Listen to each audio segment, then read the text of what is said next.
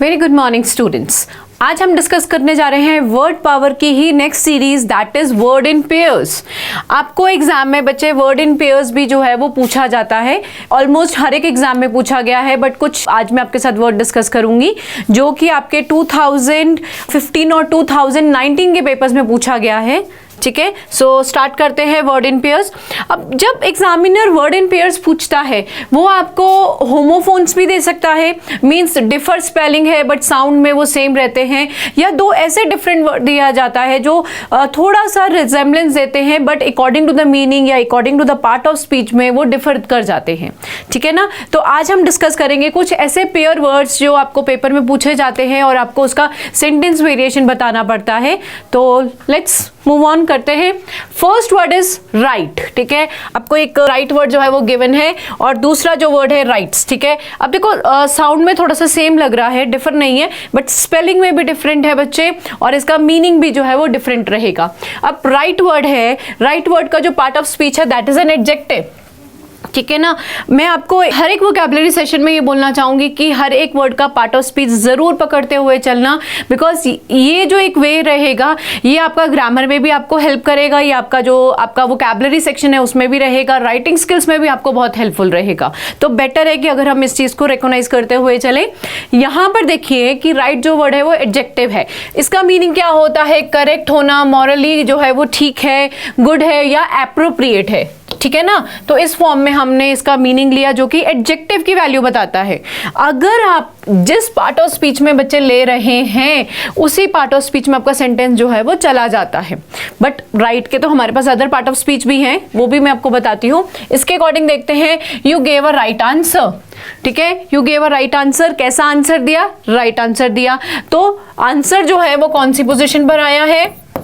Object की position. और answer कैसा है? आंसर आपका राइट है। तो ये तो राइट ने आपकी जो है विशेषता बताई है, किसकी? नाउन की विशेषता। और नाउन की विशेषता कौन से पोजीशन के डिफाइनिंग पे बताई है? ये इसने ऑब्जेक्ट के पोजीशन पे नाउन के बारे में बताया है।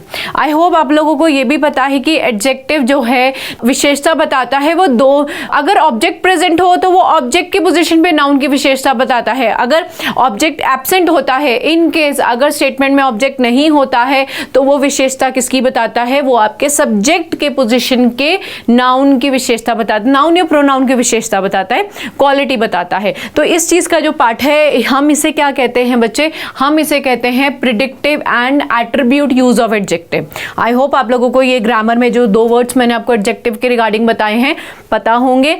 एडजेक्टिव इसी रोल ऑफ ऑनर से जो है वो काउंट किया जाता है। एक उसका प्रिडिक्टिव यूज होता है, दूसरा उसका एट्रीब्यूट यूज होता है। ठीक है ना, तो यहां पर तो इस अकॉर्डिंग रहा।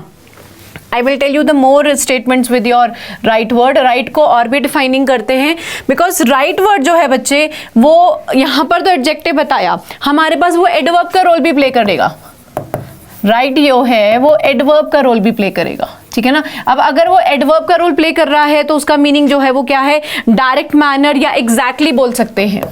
राइट को हम क्या कहते हैं? डायरेक्ट मैनर में या सॉरी एग्जैक्टली की पोजीशन पर ले सकते हैं। एग्जैक्टली ठीक है ना, इस फॉर्म में लिया जा सकता है। For example, turn right at the next street. Turn right at the next street. तो यहां पर जो टर्न राइट है बच्चे वो क्या बताता है? वो आपको पोजीशन बता रहा है, पोजीशन बता रहा है, प्लेस बता रहा है। तो यहां पर जो राइट है वो कौन सा रोल ऑफ ऑनर ले रहा है? वो एडवर्ब का रोल ले रहा है, that is adverb of place ले रहा है। ठीक है ना, तो जिस अकॉर्डिंग अगर आप जो भी पार्ट ऑफ स्पीच में एक वर्ड को डालते हैं बच्चे, उसी पार्ट ऑफ स्पीच में आपका सेंटेंस वेरिएशन दिखना भी चाहिए। ये नहीं कि आप पार्ट ऑफ स्पीच जो है वो कोई और ले रहे हैं और आप स्टेटमेंट जो है वो किसी और वे में बता रहे हैं, तो ये थोड़ा मिसमैच नहीं होना चाहिए। बहुत अच्छे से इसी तरीके से रहेगा। हम राइट को एज अ नाउन भी ले सकते हैं। Please have a look. Right को हम नाउन भी ले सकते हैं, बिल्कुल ले सकते हैं। मॉरल और लीगल, ठीक है, मॉरल और लीगल के पार्ट में लिया जाएगा। ठीक है ना, मॉरल और लीगल पार्ट में हम अगर राइट को लेते हैं, for example, everyone has the right to speak freely. Yes, everyone has the right to speak. ठीक है ना, ये आपका स्टेटमेंट है। तो बच्चे यहाँ पर जो राइट है वो आपके कौन सी वैल्यू ले रहा है, वो नाउन की वैल्यू ले रहा है, ठीक है। यहाँ पर राइट जो है वो नाउन की वैल्यू लेता है। और इसी तरीके से अगर राइट है, देखो राइट को वर्ब के फॉर्म में भी लिया जाएगा, बट बहुत ही अनकॉमन यूज है, प्लीज ये भी नोट करना। हर एक वर्ड जो है मैक्सिमम कौन सा जो है पार्ट ऑफ स्पीच लेता है, वो उसका फर्स्ट हैंड मीनिंग बताता है। तो फर्स्ट हैंड मीनिंग बताने के लिए हमने राइट को एडजेक्टिव के फॉर्म में डाला। बाकी जो भी फॉर्म्स में हमने डाला है वो उसके कंटेक्स्ट के मीनिंग के अकॉर्डिंग डाला है, जैसा सेंटेंस उसका उसके according part of speech turn हुआ। लेकिन राइट वर्ड जो है बहुत ही अनकॉमन यूज होता है वर्ब के फॉर्म में, वर्ब के फॉर्म में ज्यादा नहीं यूज होता है। They tried to right the ship, yes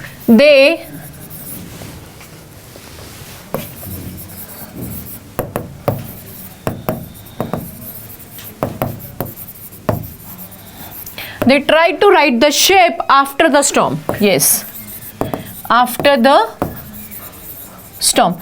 अगर इस फॉर्म में देखो, इस फॉर्म में एक सिंबॉलिक फॉर्म में, फ्रिगेटिव फॉर्म में अगर बच्चे बात बोली जाती है तो इस तरीके से स्टेटमेंट को लिया जा सकता है।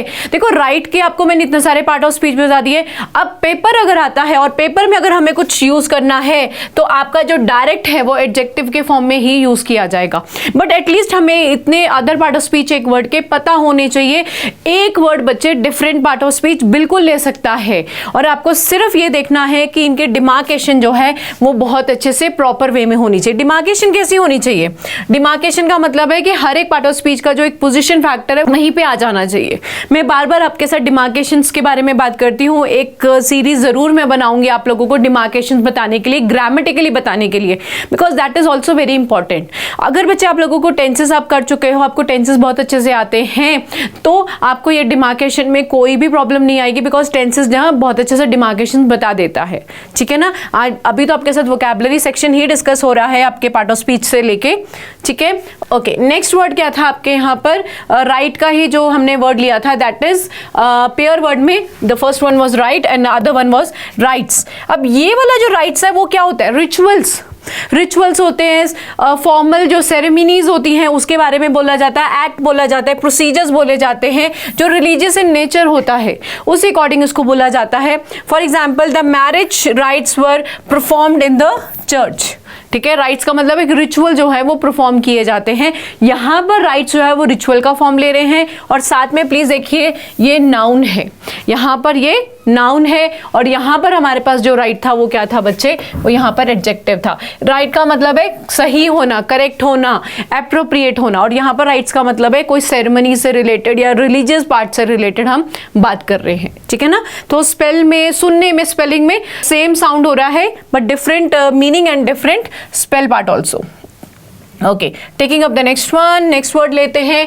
नेक्स्ट वर्ड है फादर एंड फर्दर, ठीक है। दोनों वर्ड हैं, ठीक है, फादर एंड फर्दर वर्ड है, ठीक है। अब ये फादर वर्ड है, दैट इज एन एडजेक्टिव, यहाँ पर ये एडजेक्टिव है, ठीक है। और आपको पता है अगर ये एडजेक्टिव है तो बच्चे ये क्या है?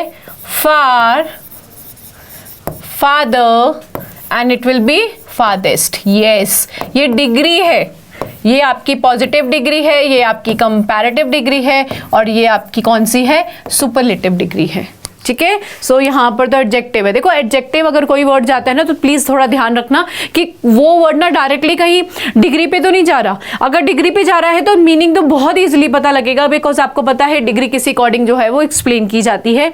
तो यहाँ पर तो ये डिग्री हुआ, ठीक है। अब उसके अकॉर्डिंग मीनिंग देखा जाए, मोर डिस्टेंस इन स्पेस और लोकेशन, मीन्स एक दूरी के बारे में बात हो रही है ना। यहाँ पर मीनिंग जो है वो दूरी जो है वो बता रहे हैं। The father house is mine, जो वो दूर वाला घर है वो किसका है? मेरा है, ठीक है ना। तो इस तरीके से यहाँ पर डिस्टेंस बताया गया, ठीक है। अब ये वाला जो वर्ड है बच्चे फादर जो है हम एज इट इज एडवर्ब के फॉर्म में भी लेते हैं। Let me explain you as an adverb also. अब एडवर्ब के फॉर्म में कैसे रहेगा? Let's go for this. अब एडवर्ब जो है वो एक तरीके से क्वालिफायर नेचर या एनहांसमेंट जो फैक्टर है वो बताता है। टू अ ग्रेटर डिस्टेंस, इसका मीनिंग निकलेगा to a greater distance, means वो चीज जो है वो ऑलरेडी बहुत ज्यादा किस पे है? दूरी पे है, मीन्स बहुत ज्यादा एक्सटेंट पे है। He walked farther down the road, please have a look. He walked father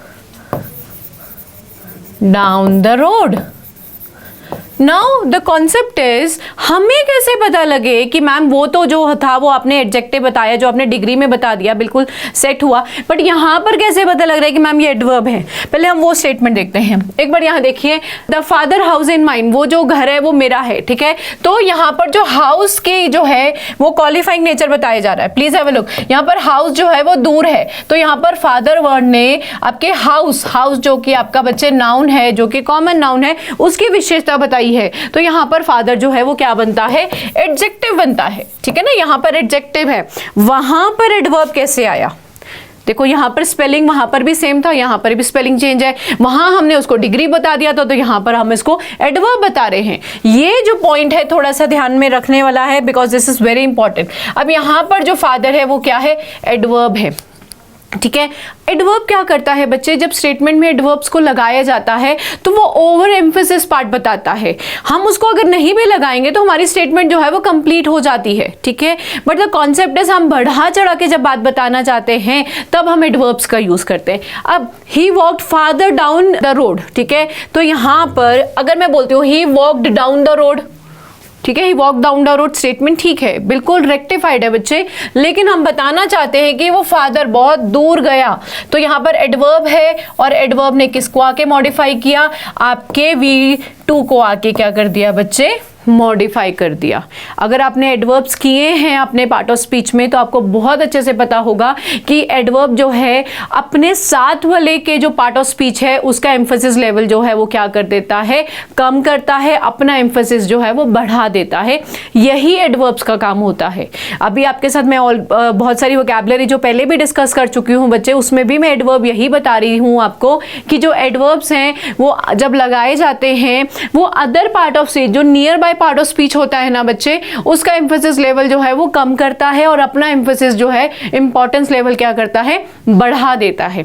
तो यहां पर हमें ये पता लगा कि ये वाले एडवर्ब ने आके आपके V2 को, वर्ब के फॉर्म को क्या किया? डिग्रेड किया, अपना एम्फेसिस लाया। तो इससे ये पता लगेगा कि हमारा जो ये वाला फादर है वर्ड जो है बच्चे वो एडवर्ब है।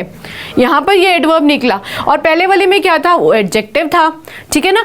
अगर तो वो वर्ड क्वालिफाइंग नेचर दे रहा है तो वो नाउन प्रोनाउन को क्वालिफाई करवाएगा, तो बच्चे वो क्या निकलेगा? आपका एडजेक्टिव निकलेगा। अगर वो एम्फेसिस पार्ट में लगाया जाएगा तो वो आपका एडवर्ब बनेगा, ठीक है ना। ये कुछ ग्रामर की ट्रिक्स हैं बच्चे, ये आप लोगों को बहुत अच्छे से आनी चाहिए, ठीक है। तो ये एक वर्ड था, आगे देखते हैं। नेक्स्ट वर्ड इज फर्दर, ठीक है। अब आपका नेक्स्ट वर्ड है वो फादर था, ये आपका फर्दर वर्ड है। अगेन ये भी एडजेक्टिव है, ठीक है, ये एडजेक्टिव है, जिसका मतलब होता है मोर और एडिशनल, ज्यादा। फर्दर मीन्स उससे एक लिमिट है ना, लिमिट से ज्यादा के बारे में बात हो रही है, तो हम इसको क्या बोलेंगे? दैट इज मोर और additional.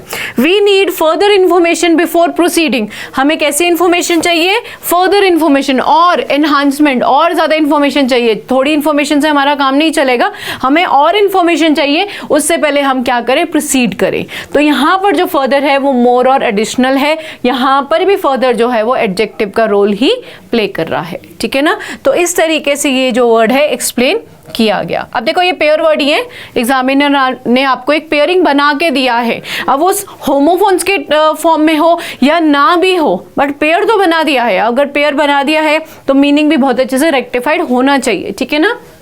Okay, next word is that is adverse, ठीक है। एडवर्स वर्ड जो है यहाँ पर भी एडजेक्टिव है, बिकॉज ये क्वालिफाइंग नेचर में बताया गया है। प्रिवेंटिंग सक्सेस और डेवलपमेंट हार्मफुल या अनफेवरेबल, या हम बोलेंगे अनफेवरेबल, बहुत अच्छे से इसका मीनिंग ले सकते हैं, ठीक है। कोई चीज़ जो है वो हमारे फेवरेबल या हमारे हक में नहीं है चीज़, तो हम उसको एडवर्स बोलेंगे, ठीक है। जैसे कि the adverse weather conditions caused the event to be cancelled, मतलब आपका जो एक वेदर कंडीशन था वो बहुत ही खराब हो चुका था कि उसने क्या किया? एक इवेंट को क्या करवाना पड़ा? हमें कैंसिल करवाना पड़ा। तो यहाँ पर जो एडवर्स है वो क्या बताता है? अनफेवरेबल कंडीशन, जो कि क्या है बच्चे? एडजेक्टिव है, ठीक है। अब एडजेक्टिव तो है, देखो एडजेक्टिव क्या करता है बच्चे? क्वालिटी बताता है नाउन एंड प्रोनाउन की। सब्जेक्ट के पोजीशन पे नाउन प्रोनाउन या ऑब्जेक्ट के पोजीशन के नाउन प्रोनाउन के बारे में बताएगा। अगर ऐसे देखते हैं तो यहाँ पर ये क्वालिटी बता रहा है, बेशक नेगेटिव ही बता रहा है बट क्वालिटी नेचर बता रहा है। क्वालिटी का नेचर मींस अनकाउंटेबल नाउन के बारे में बात हो रही है। ये जो कुछ टर्म्स ग्रामर के आप सुन रहे हो ना बच्चे, बहुत अच्छे से समझने की भी कोशिश करना, बिकॉज इसी के थ्रू हम पार्ट्स ऑफ स्पीच को समझते हैं, ठीक है ना। अब एवर्स है, ठीक है, नेक्स्ट वर्ड जो गिवन है आपके पेयर वर्ड में जो एग्जामिनर ने दिया, averse that is an again adjective जिसका मतलब होता है having strong feeling of opposition, distaste और अनविलिंगनेस। मींस इतना एक इंट्यूशन फीलिंग होती है ना कि जिसे हम कहते हैं कि हमें ये चीज नहीं करनी, ठीक है ना, तो that is having a very strong feeling of doing not doing of some of the task. किसी को करना ही नहीं चाहते, हमें पता है कि यार वो गलत है फिर भी हम कर रहे हैं, but that is the main part कि we are not ready to do it. She is averse to taking unnecessary risk, ठीक है, वो अपने आप को क्या कर रही है, रोक रही है, नेगेटिव पार्ट में रोक रही है कि वो कोई भी अननेसेसरी रिस्क नहीं लेना चाहती, ठीक है। और यहाँ पर भी जो एवर्स है वो क्या है, एडजेक्टिव है। अगर वो एडजेक्टिव है तो किस तरीके का एडजेक्टिव है बच्चे, वो क्वालिटी एडजेक्टिव है, ठीक है ना। आपको एडजेक्टिव्स के जो सब पार्ट्स हैं वो भी पता होना चाहिए, तभी जाके पार्ट ऑफ स्पीच को से समझने की आपको क्लैरिटी मिलेगी, ठीक है ना। तो यहाँ पर भी इस तरीके से ये लिया गया। नेक्स्ट वर्ड ओके, एसेंट, ठीक है, एसेंट है, यहाँ एसेंट है। अब देखो दोनों ही थोड़ा प्रोनाउंसिएशन में सेम लग रहे हैं, डिफर नहीं है, ठीक है। एसेंट वर्ड जो है वो बच्चे नाउन है, ठीक है, जिसका मतलब होता है ऊपर उठना, एक्ट ऑफ राइजिंग और moving something, moving upward either physically और मेटाफिजिकली, ठीक है। मेटाफिजिकल का मतलब है सिंबॉलिकली, ठीक है। फ्रिक्वेटिव मीनिंग जो है वो लिया गया है, नाउन है बच्चे। नाउन का मतलब है कि जिस फॉर्म में इसको लिया गया that is again in abstract form, abstract या अनकाउंटेबल फॉर्म में लिया गया। For example the hikers begin their ascent up the mountain, means वो ऊपर की तरफ जो है वो हाइकर्स जो है वो चल चुके हैं, जो उनका ऊपर मूव ऑन का पार्ट है, उन्होंने जो अपनी यात्रा है ऊपर की तरफ जो है वो शुरू कर दी है। तो एक्सेंट का मतलब है अपवर्ड मूवमेंट, यहाँ पर अपवर्ड मूवमेंट या राइजिंग के फॉर्म में इसको लिया गया, ठीक है। अब दूसरे सेंटेंस में देखो जहां पर इसको मेटाफिजिकली या सिंबॉलिकली बोलते हैं या फिगरेटिव मीनिंग बोलते हैं, जो इमेजिनेशन पे ज्यादा डिपेंड करता है। For example her rapid accent in the company was impressive. Rapid accent in the company means accent जो उसका कंपनी में जो उसका प्रमोशन का जो लेवल था, means as she was appointed as a normal employee, but जैसे जैसे मूव ऑन हुआ उसने बहुत हार्डवर्क शो किया है, कुछ किया, तो उसका जो भी एक पार्ट था दैट हैज इंक्रीज्ड, मीन्स उसकी पोजीशन चेंज हुई, उसका प्रमोशन लेवल चेंज हुआ। तो यहां पर इस तरीके से एब्स्ट्रैक्ट फॉर्म के तरीके में एक्सेंट को लिया गया, जो कि क्या था, नाउन था, ठीक है ना। मीनिंग चेंज हो सकता है, बिल्कुल हो सकता है, एक नॉर्मल फिजिकल मीनिंग में लेते हैं, लिटरल मीनिंग में लेते हैं, या हम उसका सिंबॉलिक मीनिंग लेते हैं वर्ड्स का, लेकिन कौन से पार्ट ऑफ स्पीच में ले रहे हैं ये जरूर ध्यान रखना, बिकॉज बहुत इंपॉर्टेंट है। Next one accent. एसेंट भी जो है बच्चे नाउन है, जिसे हम कहते हैं ऑफिशियली एग्रीमेंट या किसी चीज का अप्रूवल देना। बिल्कुल ये बात समझ के चलना कि ये जो स्पेलिंग का डिफरेंस है ना बच्चे, स्पेलिंग के डिफरेंस में चेंज है। ASCENT जो कि एक ऊपर को मूविंग को बोला जा सकता है, या और दूसरा जो एसेंट है ASSENT जो कि अगेन नाउन है, लेकिन एक अप्रूवल का वर्ड जो है एज अ मीनिंग लेता है। The proposal receive assent from the board means कोई भी प्रपोजल होगा उसको बाकी जो बोर्ड मेंबर से क्या मिला, अप्रूवल मिला, ठीक है। तो इस सेंस में ये वाला वर्ड जो लिया गया, बल्कि दोनों ही नाउन को ही ले रहे थे पार्ट ऑफ स्पीच में, ठीक है ना। आगे देखते हैं इनसाइट। यस, इनसाइट है और इनसाइट है, स्पेल आउट में सेम है, होमोफोन्स हैं दोनों, स्पेलिंग साउंड सिस्टम पे सेम है, स्पेलिंग या रिटन डाउन में या मीनिंग में जो है ये डिफर है, ठीक है। अब ये यहाँ पर नाउन है, ठीक है। इनसाइट का मतलब होता है कोई कहते हैं ना अंडरस्टैंड करना या इंट्यूशन जो है वो रखते हैं, जैसे हमें इंट्यूशन होने वाला था कि अभी यार कुछ होने वाला है, दैट इज अ इनसाइट। कभी किसी की इनसाइट फीलिंग जो है वो अगर काम करती है, इंट्यूशन पावर काम करती है, तो इस वे में इसको बोला जा सकता है। After hours of reflection he had an insight that change his perspective, ठीक है। अब थोड़ी देर बाद सपोज आप कुछ सोच रहे हो, बैठे हो कि ये सही है कि गलत है, तो अचानक से आपको कुछ रिकॉल होता है, नहीं यार ये तो सही है, तो क्या हुआ, इनसाइट हुआ, दैट इज इंट्यूशन पावर हुआ, ठीक है। तो इंट्यूशन हुआ, नाउन है, कौन सा नाउन है बच्चे, एब्स्ट्रैक्ट नाउन है।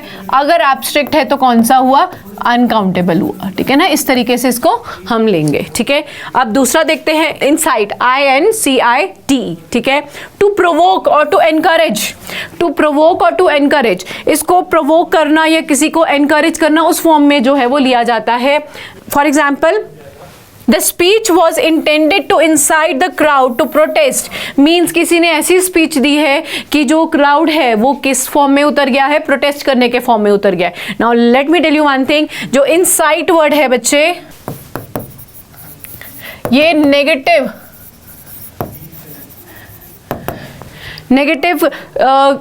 कंडीशन के फॉर्म में यूज किया जाता है।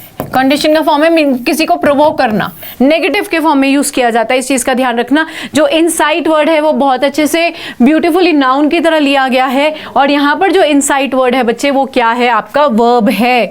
तो इस चीज पे जरूर ध्यान रखना कि ये वर्ब है तो वर्ब की तरह ही एक्ट करेगा, एक्शन है एक्शन की तरह ही एक्ट करेगा, और मैक्सिमम केस में इनसाइट जो वर्ड है वो एक नेगेटिव फॉर्म में यूज किया जाता है, मीन्स किसी को प्रोवोक करना, ठीक है, मीन्स ज्यादा से ज्यादा उसको मतलब कुछ ऐसा बोलना कि वो एकदम से प्रोवोक कर दे, एंगर में आ जाए, गुस्से में आ जाए, तो इस तरीके का वर्ड जो है वो नेगेटिव सेंस में रहेगा, और जो कि वर्ब एज एन एक्शन के फॉर्म में लिया गया है, ठीक है। Okay, taking up the next one, lightning and lightning, please have a look. This word examiner has given you in your paper, lightning and lightning word है। अब sound system में तो दोनों सेम ही आ रहे हैं, रिटन फॉर्म में different है। Written form में बच्चे जो है इन दोनों की स्पेलिंग्स को ही जो है वो मर्ज कर देते हैं। Let me clear you one thing बच्चे, यहाँ पर ई नहीं है, यहाँ पर ई है, दोनों की स्पेलिंग्स में डिफर है, और मैक्सिमम बच्चों को इतना तो पता है कि लाइटनिंग वर्ड होता है, बट ये वाली स्पेलिंग का वर्ड नहीं पता होता है, LIGHTNING, ठीक है ना, और यहाँ पर LIGHTENING, यहाँ पर सिर्फ ई का डिफरेंस है दोनों में, प्लीज थोड़ा ध्यान रखना, मीनिंग भी डिफर है। यहाँ पर जो लाइटनिंग है वो यहाँ पर नाउन है, ठीक है, that is a natural electrical discharge during the storm, ठीक है, कोई सडन या bright flash of the light in the, जिसे हम बिजली कहते हैं, समझ में आ रहा है ना, बहुत ही डायरेक्ट मीनिंग बता रही हूँ, बिजली जिसे हम कहते हैं लाइटनिंग बोला जाता है। He saw lightning illuminate the sky during the storm, जैसे वो क्या कहते हैं, तूफान आने से पहले वो बादलों के बीच में, क्लाउड्स के बीच में वो अचानक से लाइटनिंग, बिजली चमकती है। यहाँ पर लाइटनिंग ये वर्ड है जिसमें ई यूज नहीं किया गया, ठीक है ना, कुछ ऐसे वर्ड्स को भी ध्यान में रखना। और ये वाला जो लाइटनिंग वर्ड है दैट इज एन वर्ब, ये वर्ब है। लाइटनिंग का मतलब है हल्का, ठीक है, making something lighter in weight और कलर और इंटेंसिटी, किसी चीज की इंटेंसिटी को कम करना, ग्रेड में कम करना। For example I give you that grade, एक दिखाती हूँ मैं आपको, जैसे कि हम we can take a colour combination ना, तो जैसे कि ये एक ऑरेंज कलर है, ठीक है, ऑरेंज के बाद थोड़ा उससे डार्क आया, ठीक है, उसके डार्क के बाद आप और ज़्यादा डार्क ले लो, तो ये तीनों जो है वेरिएशन में चेंज हो रहे हैं। ये वाला ज़्यादा ब्राइट है तो ये वाला लाइट है, और ये लाइटर है, ठीक है ना। तो लाइटनिंग का वैसे भी ऑपोजिट क्या हुआ, डार्कनिंग, ठीक है ना। तो इस तरीके से आप ई का फैक्टर याद कर सकते हैं बच्चे, जहां पर ई लगा है वो एक कलर इंटेंसिटी को बता रहा है, ठीक है ना। तो मेकिंग समथिंग लाइटर, वेट में भी लाइटर बोल सकते हैं, या हम इसको कलर या इंटेंसिटी में एज अ मीनिंग ले सकते हैं, जो कि आपका वर्ब है, ठीक है। यहाँ पर बच्चे वर्ब है, ध्यान रखना, ठीक है।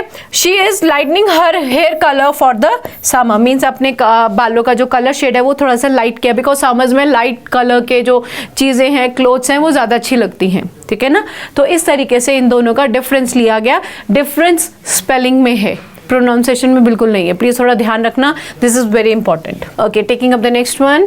ओके, नेक्स्ट वर्ड है that is confident and confident, confident बोल सकते हैं, बिकॉज अगर आप ज्यादा प्रोनाउंसिएशन में जाना चाहते हैं, यहाँ पर DANT है, यहाँ पर DENT है, स्पेल में तो डेंट ही बोला जाएगा, ठीक है। यहाँ पर जो डेंट है बच्चे वो नाउन है, प्लीज ध्यान रखना, जिसे हम ट्रस्टेड फ्रेंड बोलते हैं, ठीक है। हम बोल सकते हैं ट्रस्टेड फ्रेंड है, तो she is my closest confident and I shall share all my worries with her, ठीक है ना। एक आपका कोई फ्रेंड है तो आप उसको कॉन्फिडेंट फ्रेंड बोल सकते हो कि you are my confident friend because I use to share each and everything with you.